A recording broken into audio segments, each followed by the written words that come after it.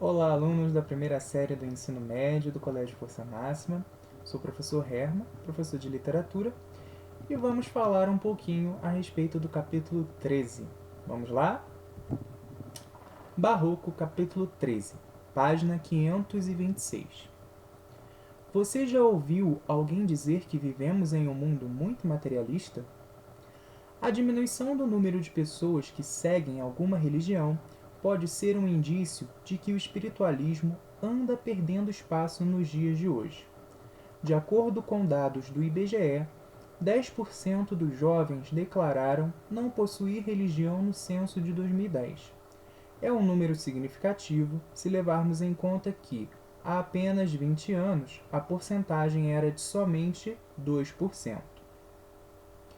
Ainda levando em consideração os dados do IBGE, a religião católica segue sendo a predominante no Brasil, o que o faz ser o maior país católico do mundo. Mesmo assim, a Igreja Católica continua trabalhando na conquista de novos fiéis.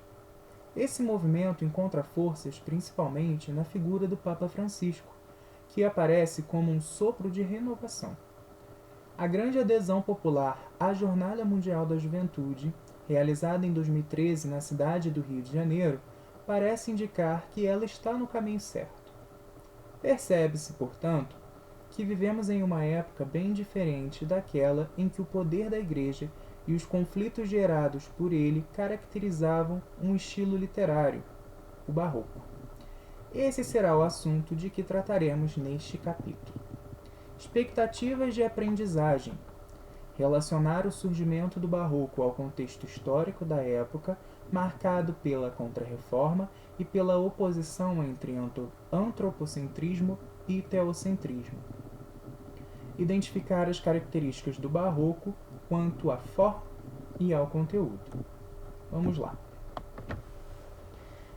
Bom, por que eu trouxe esse meme da Joelma, da cantora Joelma, para falarmos a respeito do Barroco? O que isso tem a ver? Gente, é muito simples, né? O Barroco, uma das principais características do Barroco é o dualismo. O que é o dualismo? A convivência de opostos. Por exemplo, a tristeza e a alegria, né? A morte e a vida. A gente precisa entender o seguinte: o homem no Barroco, ele é um homem atormentado. Por quê? Porque ele vive em conflito. Ele quer aproveitar a vida terrena, porém ele tem medo de não alcançar a vida eterna, ou seja, a salvação. Tá certo? Então o homem do Barroco, ele é um homem que vive um conflito. Tá bom? Vamos analisar o contexto histórico do Barroco. Bom, esse contexto histórico envolve os acontecimentos do século XVI, tá? E do século XVII, obviamente, que é o século que se insere o Barroco, sobretudo no Brasil. O Barroco no Brasil ele começa em 1601, quando o Bento Teixeira publica a obra Prosopopeia, tá? Contexto histórico. Nós temos um autoritarismo político, né? Esse autoritarismo político provém do absolutismo, tá certo? O absolutismo que era a forma de governo que predominava na época. Nós temos uma expansão comercial e econômica e nós temos uma crise espiritual. Como assim uma crise espiritual? Nós temos a Reforma Protestante em 1517 e a Contra-Reforma em 1563.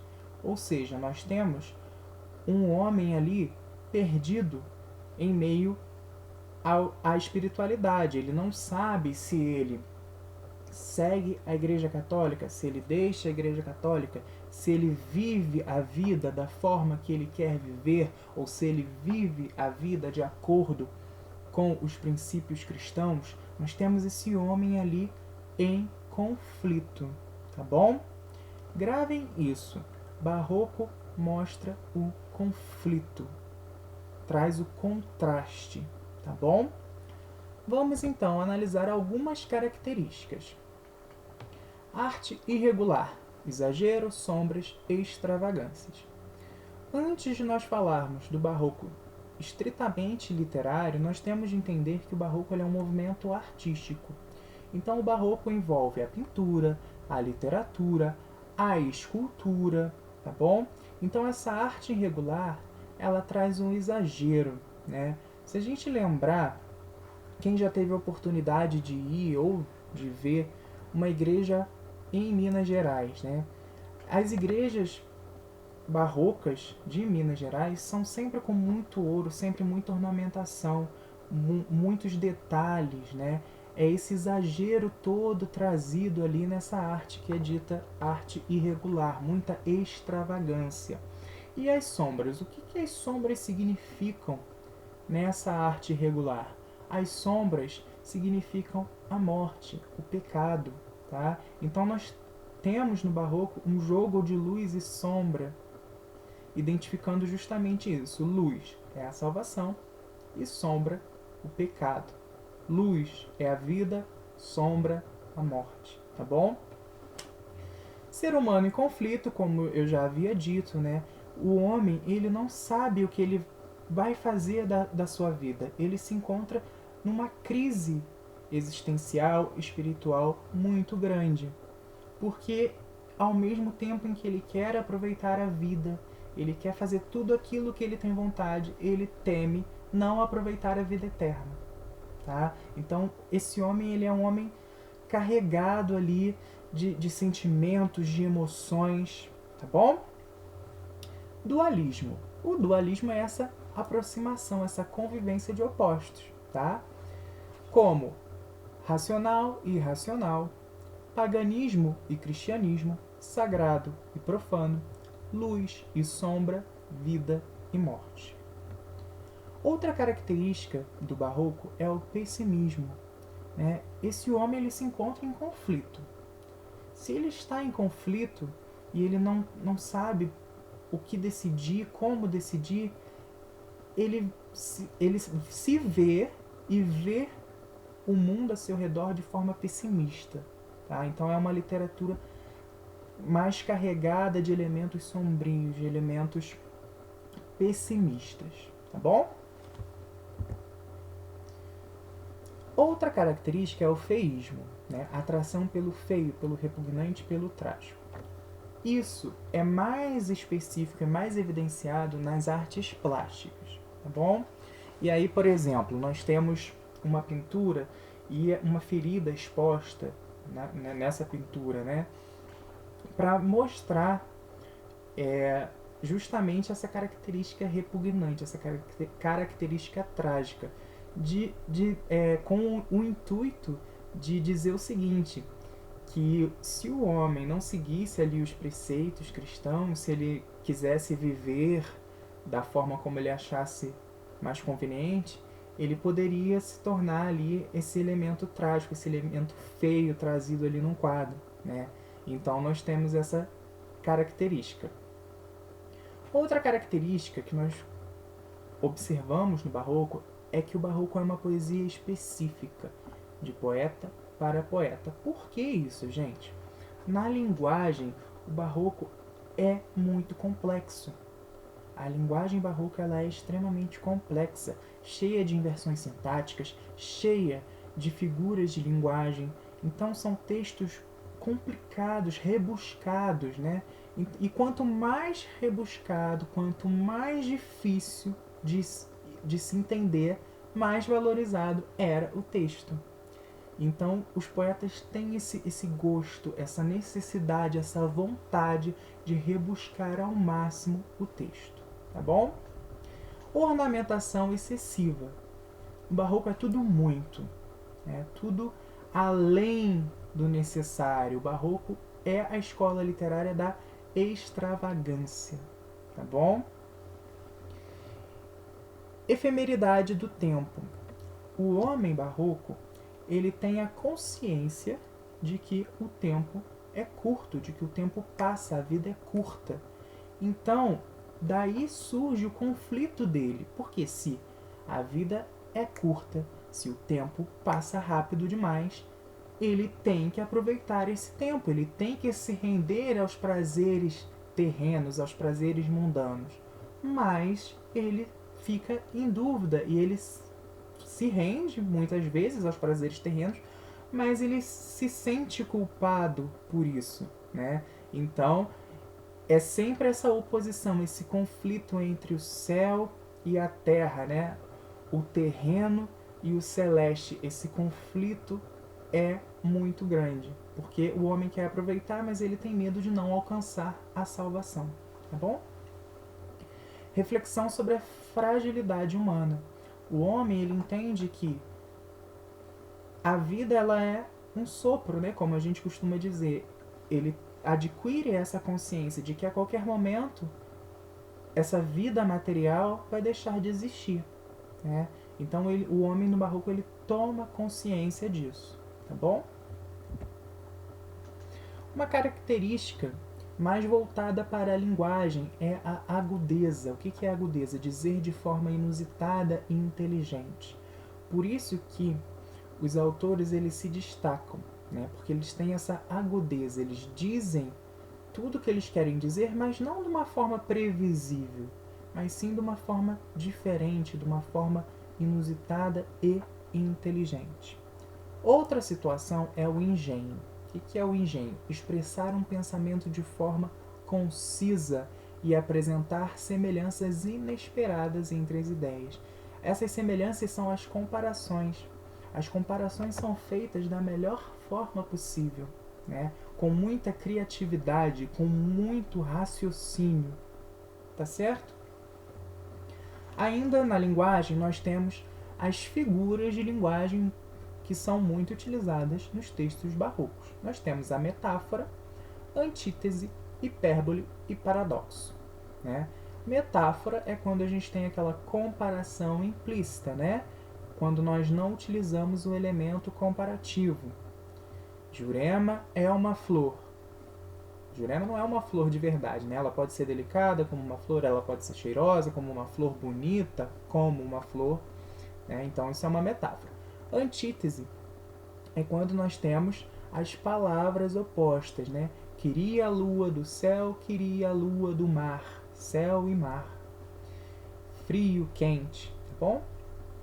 Hipérbole é o exagero. Joana está morrendo de fome, né? Joana chorou rios de lágrimas, né? Rios de lágrimas. Ela não chorou rio, né? Ela chorou muito. Ela estava com muita fome. E o paradoxo é quando a gente concilia termos, ideias que são inconciliáveis, né? Amor e ódio.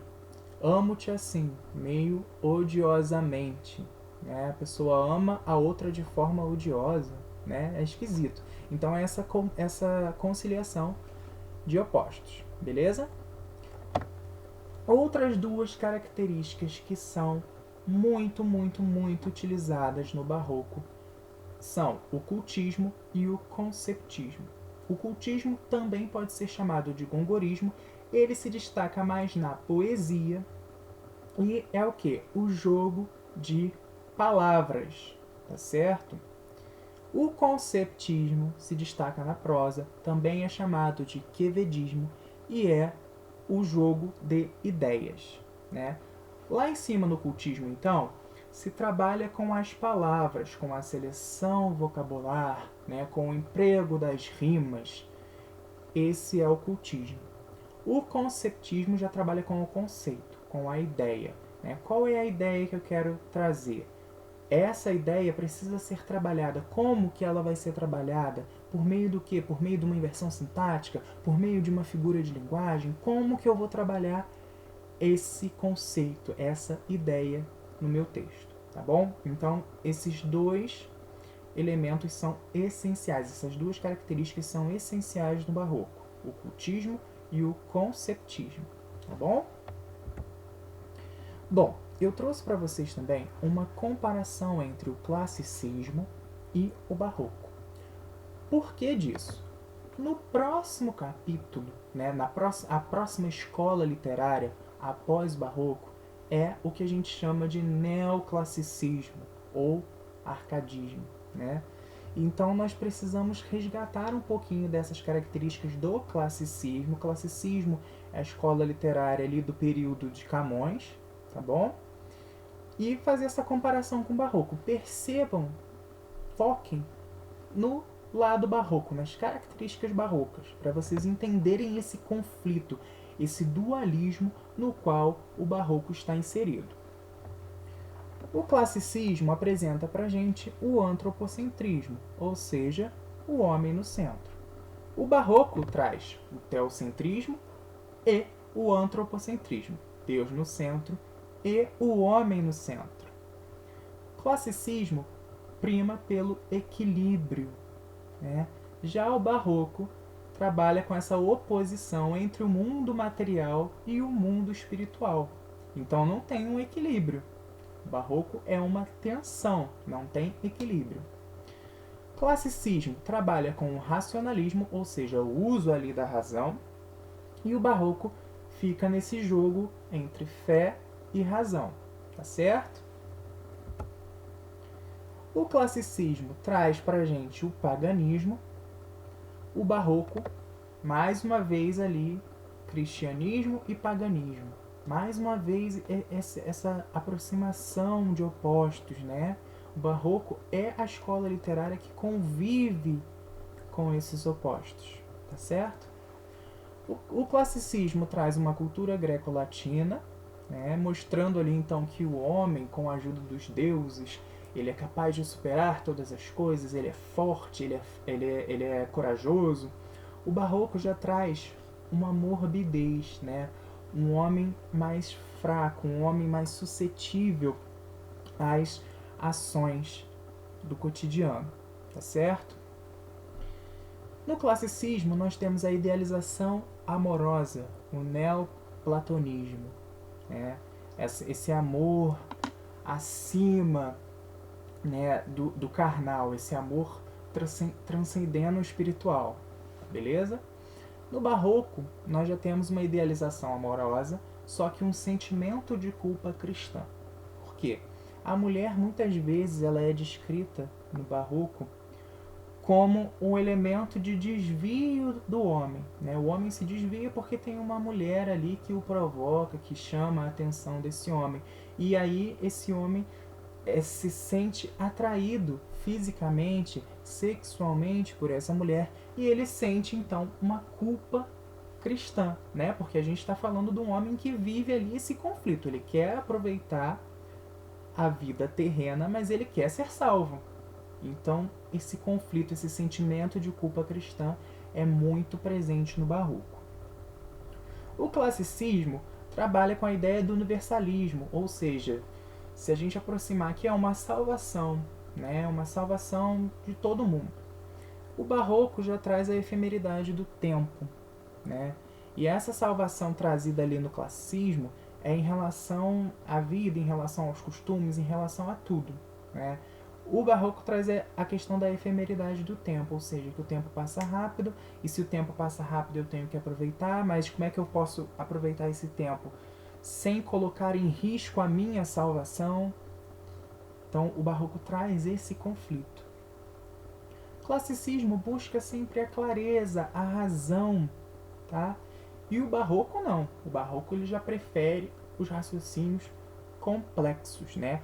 Inversão sintática, figura de linguagem, tudo que possa complicar é a escolha barroca, tá bom?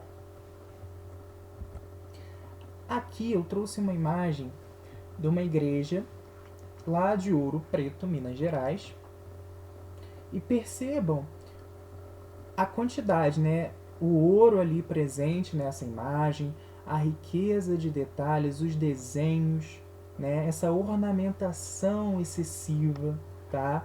Isso tudo é característica desse movimento artístico que é o barroco, tá bom? Vale lembrar ainda que o barroco é a primeira escola literária no Brasil, né? Ele é considerado o primeiro período literário, o primeiro momento da literatura, né, brasileira. Nós tivemos o quinhentismo antes, mas o quinhentismo é um período histórico, não se configura como um período literário, um estilo de época. E o barroco, então, é considerado por muitos autores o primeiro estilo de época brasileiro. Tá bom? Pessoal, por hoje é só. Espero que o conteúdo tenha ficado claro, que vocês tenham assimilado, né, o barroco. Façam os exercícios da apostila, tirem suas dúvidas nas aulas ao vivo e até a próxima!